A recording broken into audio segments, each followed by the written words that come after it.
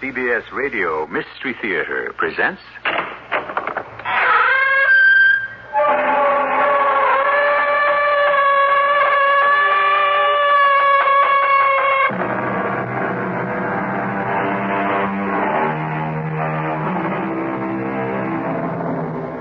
Come in.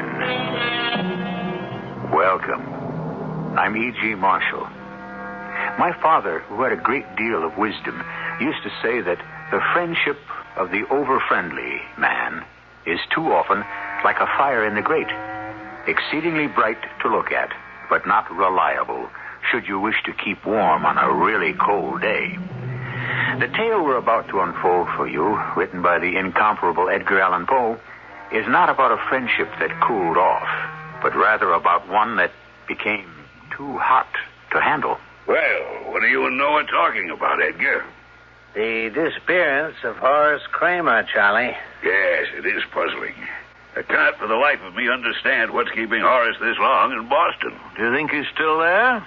Edgar thinks he never got there. What makes you say that, Noah?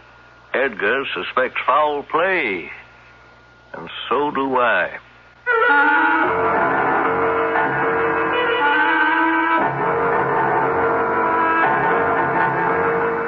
Our mystery drama, The Case of the Chateau Margaux, was adapted from a story by Edgar Allan Poe, especially for Mystery Theater by James Agate Jr., and stars Jackson Beck and Robert Dryden.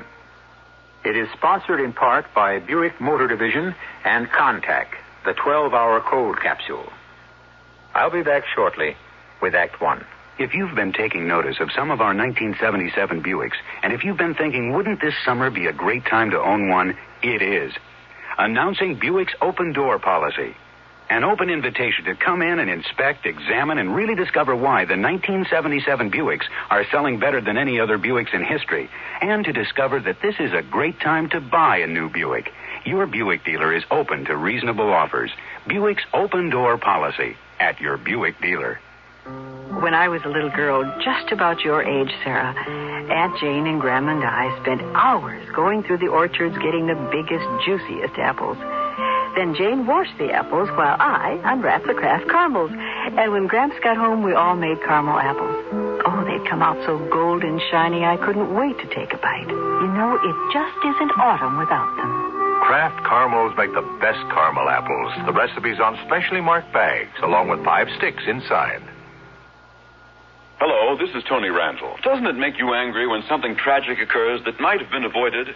Well, birth defects are a tragedy that afflict over 250,000 infants every year in America, and the March of Dimes thinks it should make you angry enough to do something about it. Many of those birth defects might be prevented. How? With good prenatal care. Prenatal care is the medical attention every pregnant woman needs to help safeguard her own good health and that of her unborn baby. It simply means seeing a doctor or going to a prenatal care clinic as soon as she thinks she may be pregnant. Prenatal care is following doctor's orders to eat nutritious foods, get plenty of rest, exercise in moderation, and avoid unnecessary drugs and medications.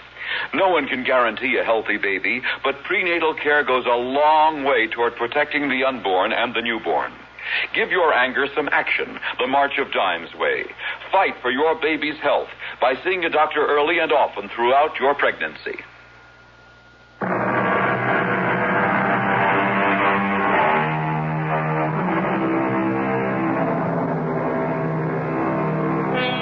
Have you ever thought what a lonely old world this would be were there no one you could call a friend? A good friend? Someone who thinks as you do, likes what you like, and even more than that, likes to spend time with you, with whom you could share any confidence, anytime. So I suppose it's no wonder that in the small, isolated New England town of Mystic Falls, rich old Horace Kramer was delighted when a man his own age moved next door and became Horace's friend. The time is 1910. But let someone who actually lived through those curious and perplexing days tell us what happened. My name is Edgar. My full name is Edgar. I grew up with that awful handicap, but finally, after years of kidding here in my hometown, Mystic Falls, Massachusetts, now everyone is settled for Edgar, Ed, or Mr. Edgar. I write, print, and publish the Mystic Gazette, our local town newspaper. And we've never missed a weekly appearance since my father started the Gazette 75 years ago. One day, I had a visit from Noah Greeley, the town magistrate. Have you heard the latest, Edgar? About what, Noah? Horace Kramer has disappeared. Couldn't be. I saw him the day before yesterday. Well, so did everyone else in Mystic Falls, but I haven't seen hide nor hair of them all day, yesterday or today. Noah, if you think it news that the richest man in town has gone off somewhere by himself and told nobody where he was going, I can't print that. Now, hold your horses, Ed. It looks like foul play. Oh, please, now, you know old Horace doesn't have an enemy in the world. He doesn't have a friend in the world, which is far worse. Well, you're forgetting Charlie Nash. I can't talk to you while that press is operating. I'll come back later. No, stay. I'll stop this run. Tell me what you know. All right. Day before yesterday, very early in the morning, Horace saddled up. Told his servants he was going to Boston for the day and that he'd be back that night. That's 15 miles. 30, there and back. No one I've talked to since has laid eyes on him. Have you just been sitting on this and doing nothing? What could I do? I only just got the news myself. Noah Greeley, you're the magistrate. I checked Horace's servants, of course, just this morning. I asked, why didn't you tell somebody your master disappeared? What did they say? They told Charlie, they said. He told them, oh, it'll be all right. Let's wait and see who wants to alarm everybody. Maybe you're right. Something could have happened to him. Wonder what Charlie said. Speak of the devil. Good morning. How fortunate to find two of Mystic Falls' most prominent citizens together. Morning, Charlie. What are you two gentlemen cooking up? The disappearance of Horace Kramer. Yes, it is puzzling. I cannot for the life of me understand what is keeping Horace this long in Boston. Oh, you think he's still there? Edgar and I think he never got there. Whatever makes you say that? It's possible he met with foul play. I think you're both alarmists. Horace can take care of himself. He wouldn't put up with any nonsense from any highwayman. For one thing, he's too good a shot. Unless he was ambushed. Not only that, gentlemen. I happen to know he was well armed when he set out for Boston. Was carrying quite a bit of money with him to deposit. No, if you ask me, I'd say Horace is probably staying on in Boston. And any one of these days, he'll be waltzing back into town, wondering what all the fuss was about. I first met Charlie Nash 6 months ago. He pulled into town not knowing a soul. In 2 weeks, he was on buddy-buddy terms with rich, retired Horace Kramer. Charlie never let a day pass but that he wasn't over at Horace's house. Sometimes for breakfast, always for dinner. No question Charlie was good company, and the last time I had knocked on Horace's door, the two old codgers were carrying on like kids. I hope I'm not intruding, Mr. Kramer. Charlie, are you fellas celebrating something? Shall we tell him? Why not? Maybe news for the Gazette. Oh, come on now, Charlie. Do you think our little jollification is worth a headline? I'd rather be a headline than a footnote any day, wouldn't you? Edgar, we're just having a good time. Now, what is it, Edgar? What brings you here? Well, I understand your nephew, Philip, will be arriving soon, and... It was 6 months since this man, Charlie, and I met, and it's a 6-month anniversary we're celebrating with some good wine. I'd say some excellent wine. Have a glass, Edgar. Chateau Margaux. No, thanks, Horace. I never drink while I'm working. Well, that's the difference between us. I never work while I'm drinking. Well, even if you didn't, my boy, you can never be able to catch up with Charlie here. He downs this Chateau Margaux like water. Does my heart good. Yeah, Mr. Kramer. No, don't call me Horace, Eddie Edgar. You always have. No, I won't stay but a moment. I just want to verify. You're more of a party pooper than your father was, Eddie, my boy. Come on now, have some wine. No, thanks, really. You know, Charlie, I knew this boy's father very well. Wilbur Edgar. He was a great parlor magician. Ventriloquist. Oh, yes. Wilbur Edgar was quite a practical joker. I mean, who else with the last name of Edgar would have given his son the identical first name?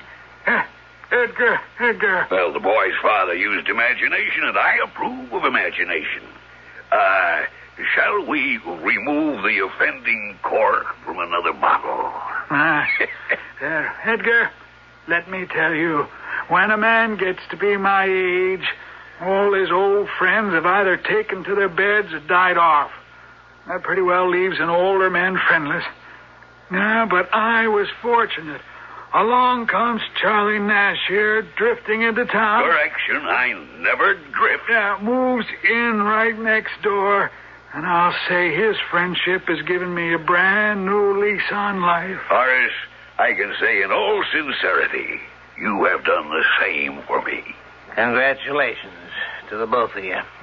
Charlie, you are by odds the hardiest old fella I've come across in all my born days. And since you love to savor the wine in that fashion, I'll be darned if I don't have to make you a present of a great big box of that very same Chateau Margaux. Now, don't say a word. It'll be coming your way one of these days when you least expect it. Horace, what can I say but thank you? What I did come to ask you, Horace, was about your nephew. I just got word over at Sam's General Store that your nephew is arriving from Boston. He's going to be staying with you. It'd make a nice piece in our social column. You mean Philip? I don't want to talk about him. He's a no-good, high-living son of my dear departed sister. And he's staying with me because he has no place else to go.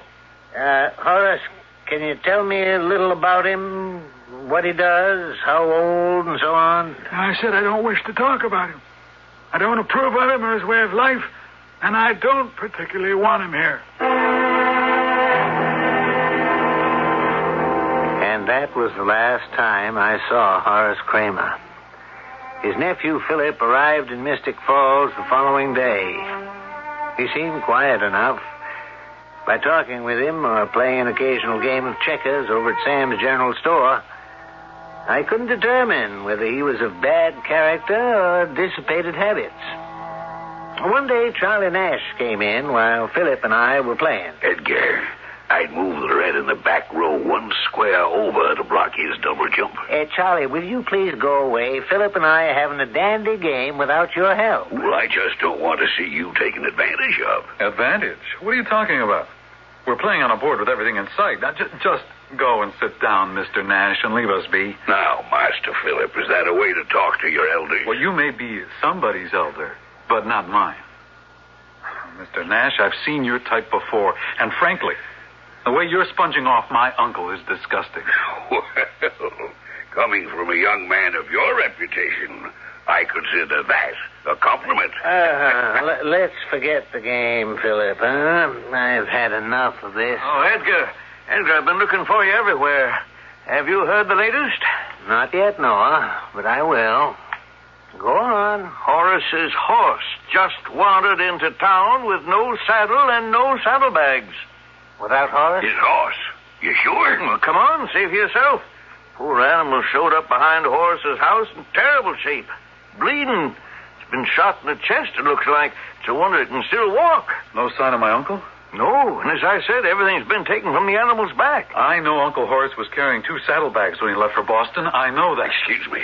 I don't No, I just can't stand here like this. I have to see that horse.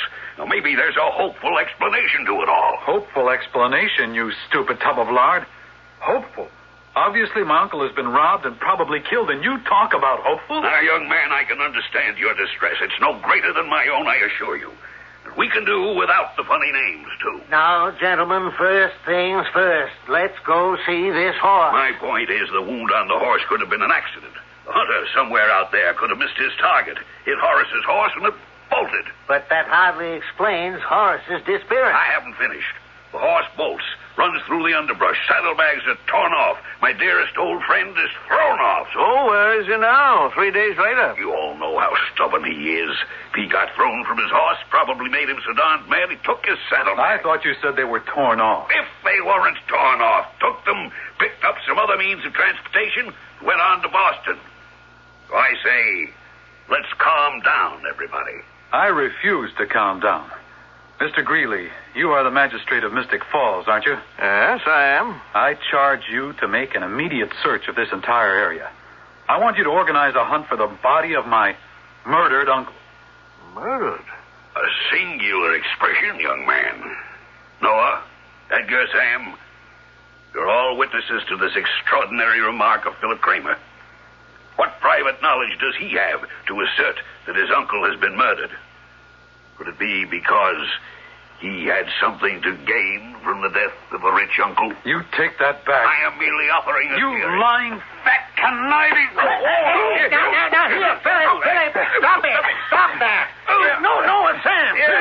You'll kill old Tommy. Let go of me. Look at him lying there, covering his face with his hand. Now, you stop that. He's an old man. Oh, all right. I hope that's taught the lying old schemer a lesson. Can I give you a hand, Charlie? Yes. Now, you all saw that unprovoked attack. Young man, I shan't forget this. I shall not forget this as long as I live.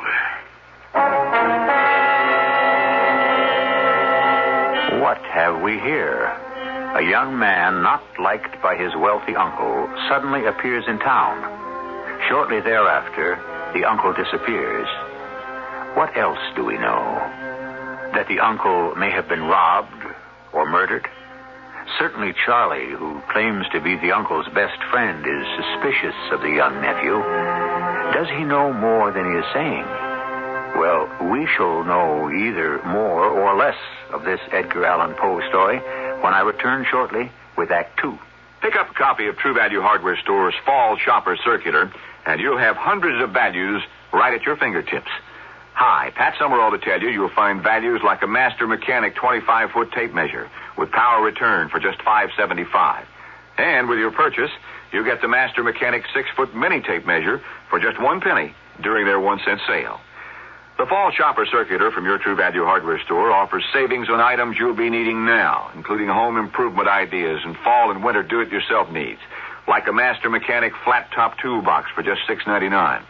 Comes with a tote tray and a handy socket divider. Or get a 26-inch hand saw for just $5.95.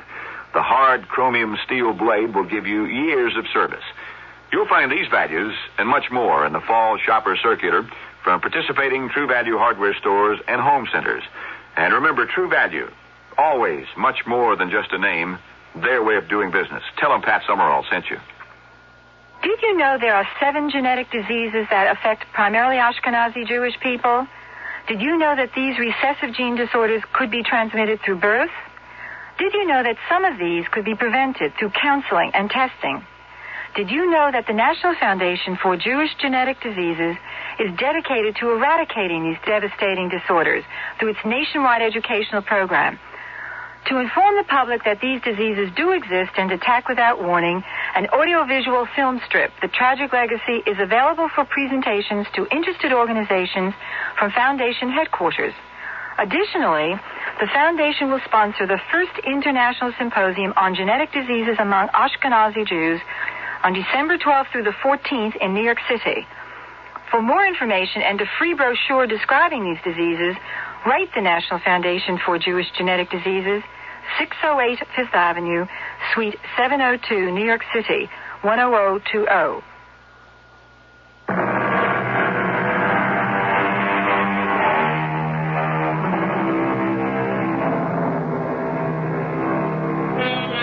Who was it who said, "Murder, though it have no tongue, will speak with most miraculous organ"?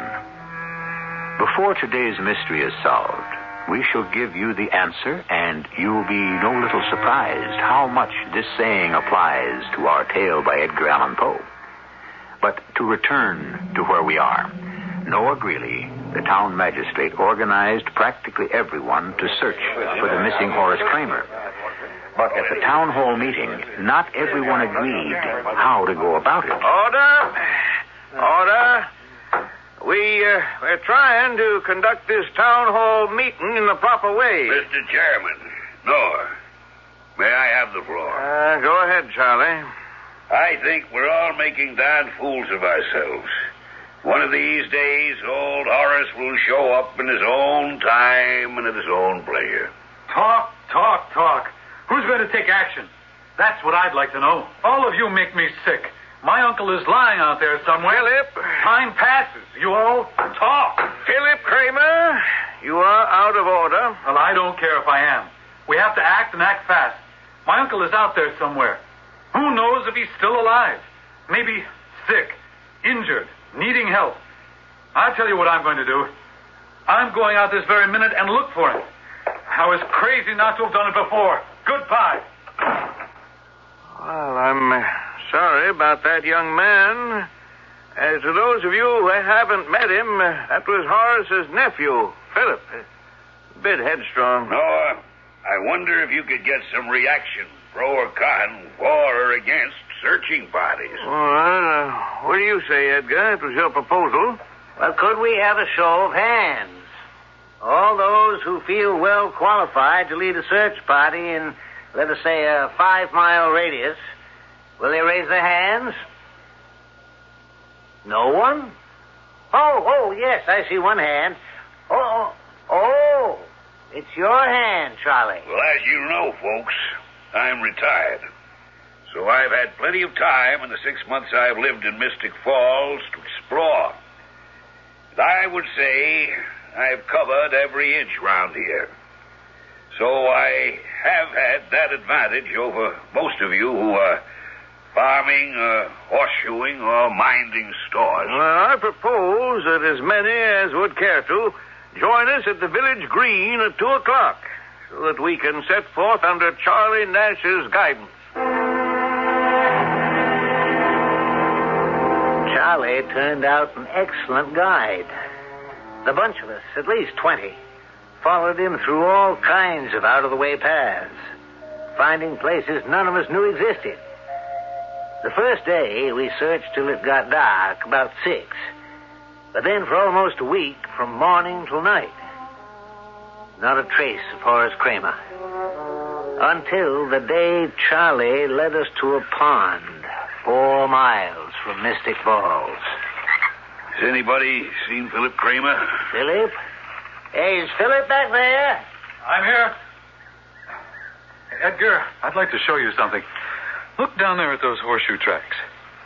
See that little depression on the heel of each shoe? Yes, I do. That's Uncle Horace's horse. And look here, where the brambles are broken off. It's as if something heavier than a man was dragged through here. Oh, you're right. So it does. I'd look in that pond. Heavier than a man, eh? I suggest we have this pond drained. There are enough of us with spades, we could all dig some runoffs. We'll fall too. Excellent idea.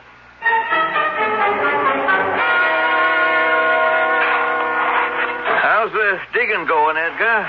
Well, we got 3 trenches dug, and the pond's running off pretty quickly. Isn't that something lying down there on the bottom? Yeah. Sure, I can see the back of something. Oh, you're right, Charlie. There is something. What is it? Well, look, down there.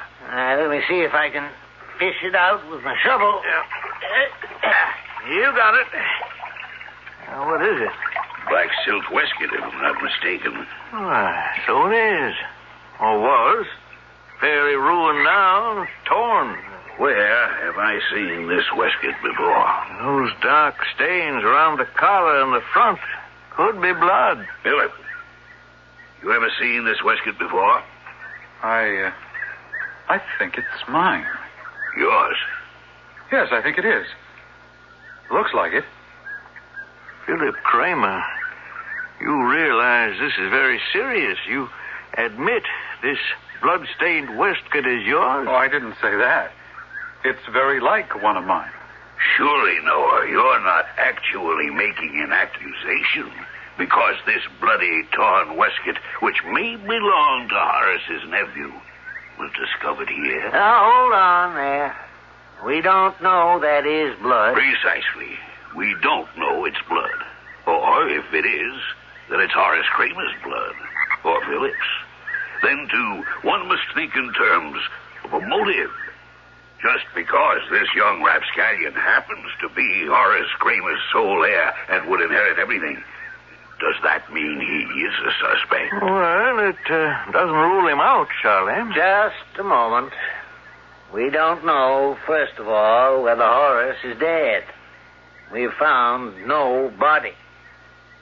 Secondly, as far as inheritance is concerned, I remember a year ago Horace telling me he was planning to disinherit him. All we have to do is locate a will. And if indeed Philip is cut off without a penny, what does that do to your motive, huh? Well, I've never heard such nonsense in all my life. I'm not giving up hope that Uncle Horace isn't still alive. But frankly, this search, led by this fat fool, is too comic for me. For a week now, we've been traipsing through brush and bramble, and all we've got to show for it is a muddy waistcoat and no sign of my uncle. Well, I'm heading back to Mystic Falls. I've had enough. Philip, until I give you the word, I charge you not to leave Mystic Falls. Charlie, where are you going? Just thought I saw something lying in the road up ahead. Well, what is it? What are you putting in your pocket? It's a Spanish knife. Yes. There appears to be blood on the open blade. Now that I look at it more closely. Now, does anybody know to whom this knife belongs? Oh, my goodness. Charlie, you know to whom it belongs? Yes, I might. But I am not the one to identify it. Is Philip still here? Yes, of course I'm still here. What is it? Is this knife, this Spanish knife, yours? Philip, is this knife yours? I'm afraid there are initials on it, too. Oh, so there are. P.C. Philip Kramer. Those your initials? Yes. So this is your knife? Yes, it is. Philip, can you explain why your knife is lying out here on the road? No, I can't. Philip Kramer, I arrest you on suspicion of the murder of your uncle, Horace Kramer. It's proof to me that it is my waistcoat. So noted. Would you like to tell us, Philip, where you were the morning your Uncle Horace left for Boston? Glad to. I was out with my rifle deer stalking. Were you anywhere in the vicinity of the pond in which your waistcoat was found? Now, I'd like to correct a misapprehension. I said that waistcoat was mine, not that I was wearing it. Oh, yes. Yes, I was in that vicinity because I clearly remember noticing the tracks made by my uncle's horse. The same ones I showed you. Do you realize, Mr. Kramer, what you are telling us? The waistcoat is yours. A knife that was found nearby is also yours. You were in that vicinity, and moreover, you now admit to carrying a rifle for the purpose of deer stalking. So? Yes, that's so. May I ask the indulgence of the magistrate for a moment? Yes, Charlie, by all means. I had not wished to further complicate matters by divulging the information I have. But now I do feel it my duty to bring it to your attention. Let me tell you what I know. The evening before Horace left for Boston, he and I were playing a game of checkers. His nephew, Philip, appeared. Jump, jump, jump, jump. Ha! What do you think of that, Charlie? Nice going, Horace. Caught me completely by surprise. It did, didn't it? Yep, I can say it in 2 words. Completely. Philip. Well, to what do we have the pleasure of your company this evening? It's the shank, the very shank of the evening. I'd expect you to be out dancing, carousing, gambling, or whatever it is you're so noted for. What are you doing home? You don't think much of me, Uncle, do you? I never asked more of you than a place to sleep. Believe me, I don't enjoy being dependent on your favors.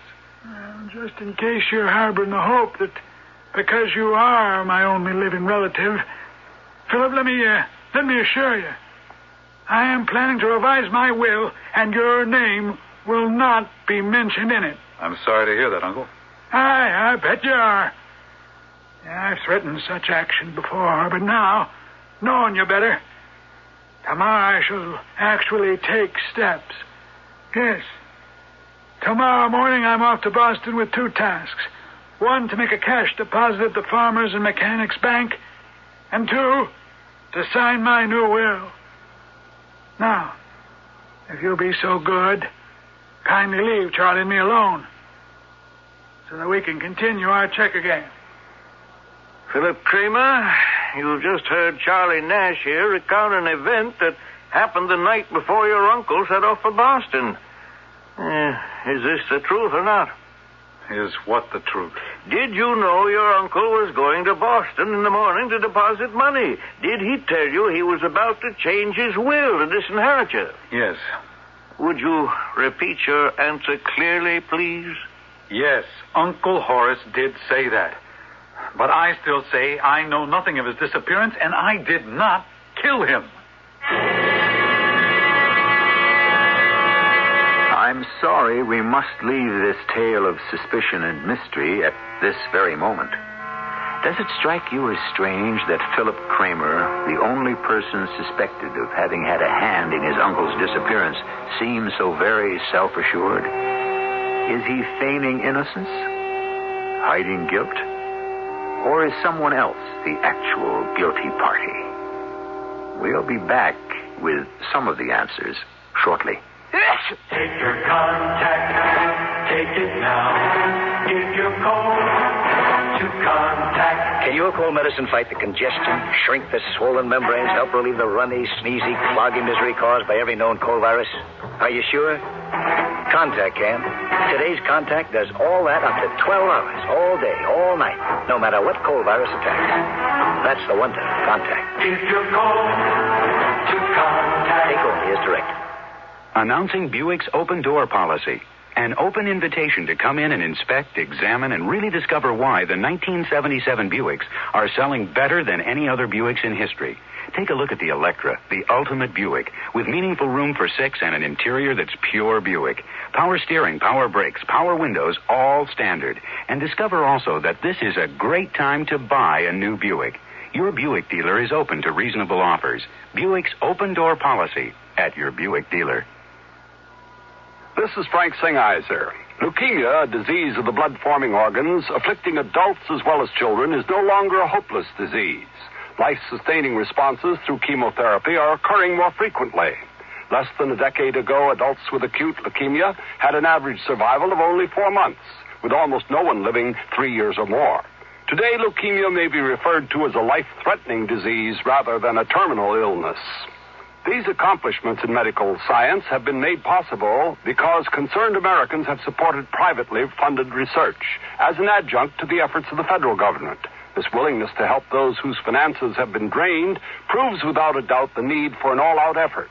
Together we must try to solve the mystery of this disease before this decade is over. This message was brought to you by the National Leukemia Association, a non-profit voluntary agency dedicated to the proposition that tomorrow's children can ask, Daddy, what was leukemia?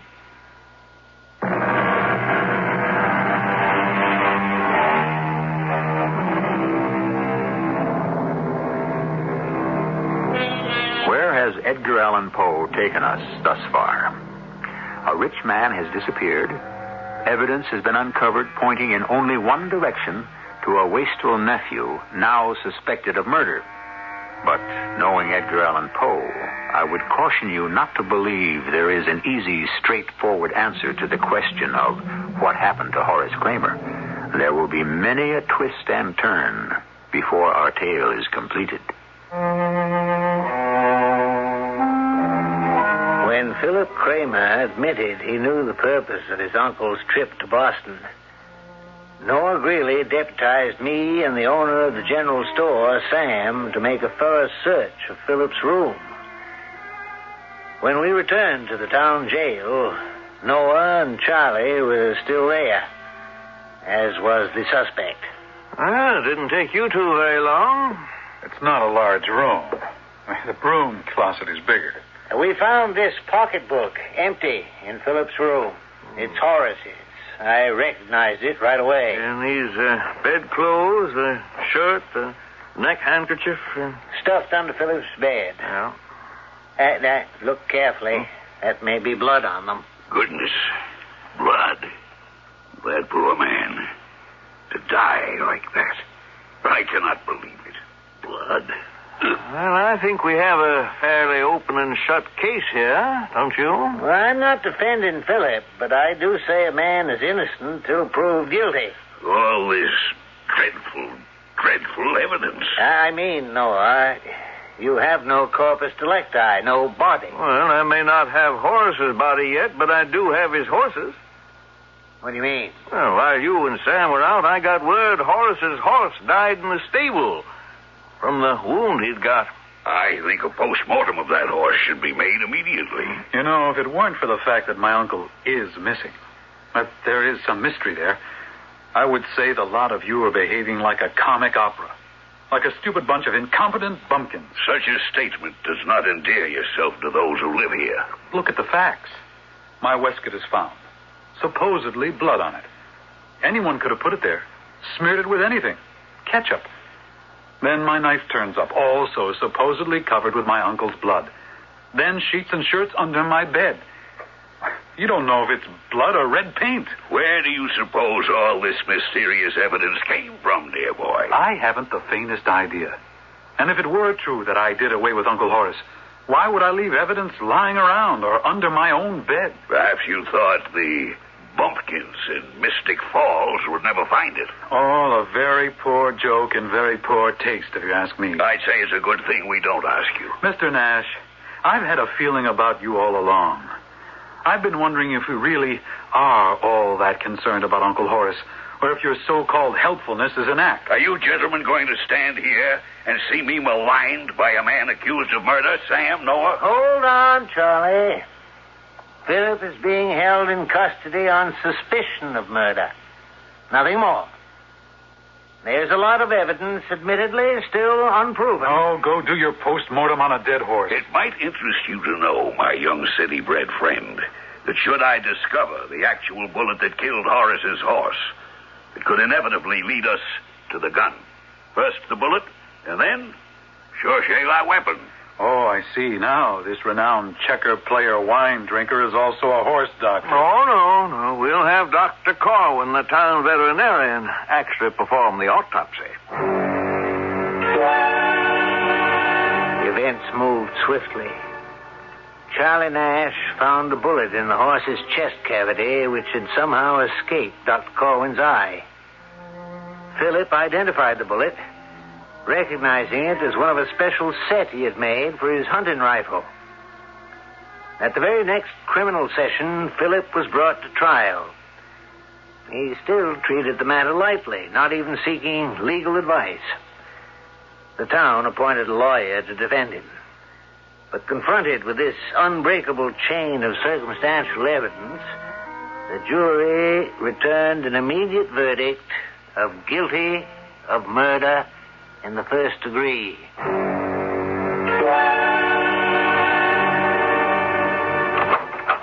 Edgar, I have news for you.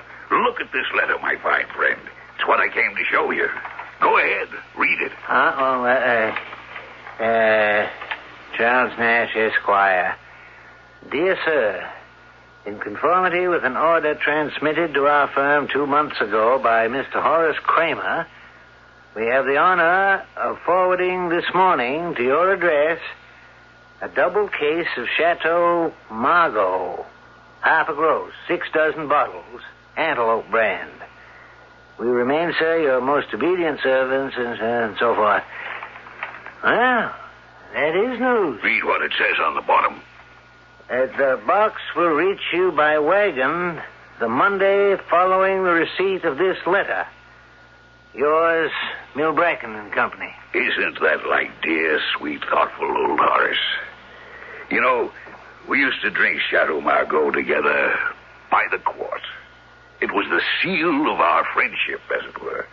He did once say he was going to send me a case or so. I forgot all about it. I seem to remember that. What I would like you to do, Edgar, is to put in the weekend edition of the Gazette. The news that I am extending an invitation, let us call it a kind of open house, to all who would like to call themselves my friends. And when the case of Chateau Margaux arrives from the Milbracken people, then we'll open the pièce de résistance. Pretty close to half the town was at Charlie's on Monday. There was lots of food and drink. The case of wine didn't arrive till early evening. By that time, everyone was in a very happy mood. That is the biggest wooden crate I've ever seen. Lift it right up onto the table facing me. All right, everybody. Let's open up the case and see how far 72 bottles of Chateau Margaux will go. I can recommend it to you all. Come on, somebody, get a crowbar. Well, wait a minute. I brought a big hammer, Charlie. I can pry the box open. Good thinking for the state. Always prepared to be print-worthy. Open it from the end that faces me, Edgar. Now, a respectful silence as Mr. Edgar disinters the treasure. Made Charlie happy to give orders, to be the center of all attention. This moment was his dream come true.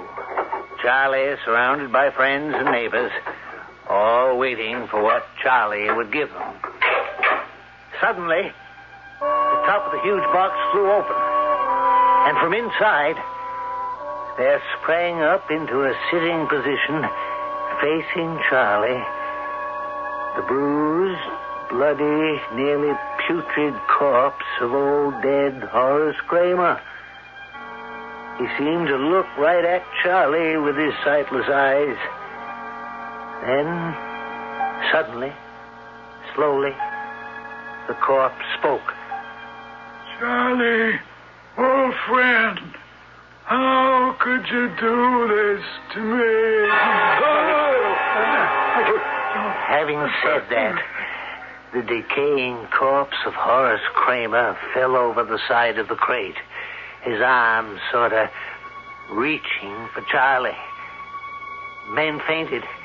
Some ran for the doors, but slowly, as if magnetized, everyone came back to watch Charlie. How did you get back, Horace? I know you were dead. Were you watching me all the time?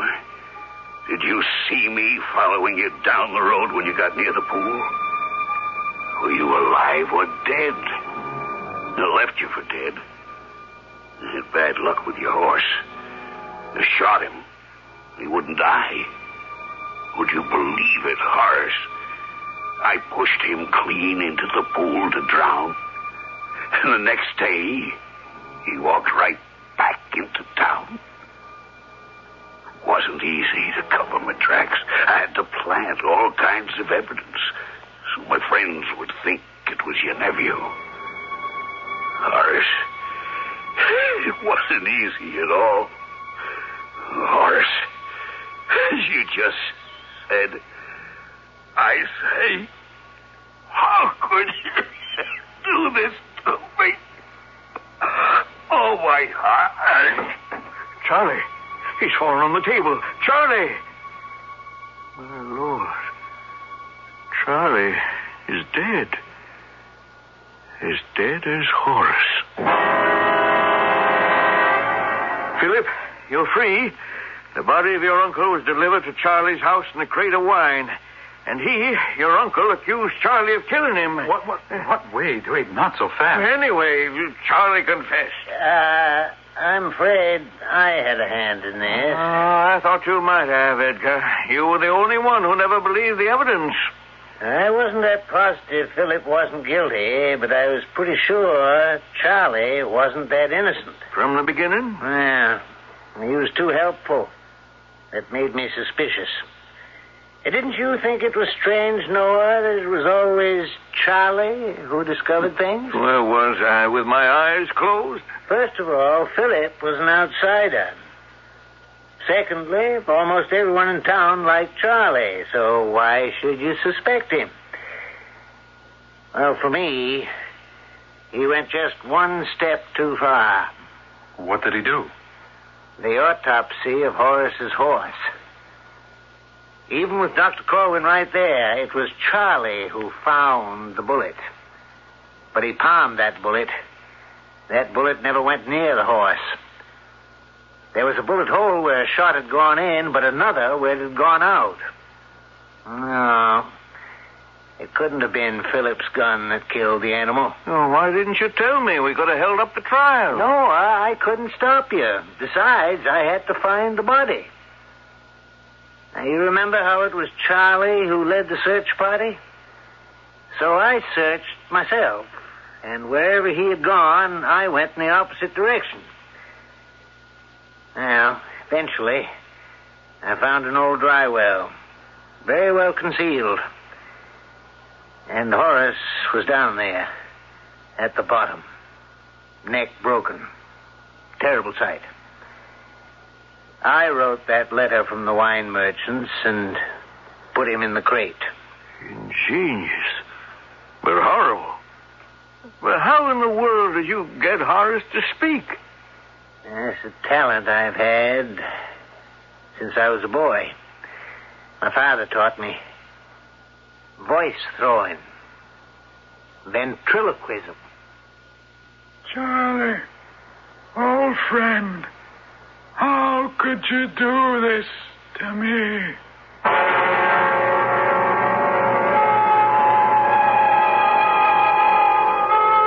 And so ends one of the great horror stories from the prolific pen of that master of the macabre, Edgar Allan Poe. I think it is almost as though Poe took and dramatized that one famous sentence of William Shakespeare's, "Murder, though it have no tongue, will speak with most miraculous organ." I'll be back shortly. Say, this is Bob Hope. I've spent a happy lifetime on radio and television, and I'd like to put in a good word for the hobby that made broadcasting possible. You see, about 60 years ago, some early radio experimenters developed our first stations. Today, there are nearly 1 million amateur radio operators around the world talking to each other, standing ready to provide us with emergency communication in time of disaster, and still developing new electronic techniques. They have their own amateur television stations and even satellites circling the globe. On some of our trips overseas, my troop and I kept in touch with home through amateur radio stations. You want to know how you can join in? Now that many people are discovering the fun of talking by personal radio, maybe you'd like the really exciting and wonderful world of amateur radio. It takes study, but it's worth it. For free information, write to the American Radio Relay League, Newington, Connecticut, 06111. Like they say, tune in the world with amateur radio.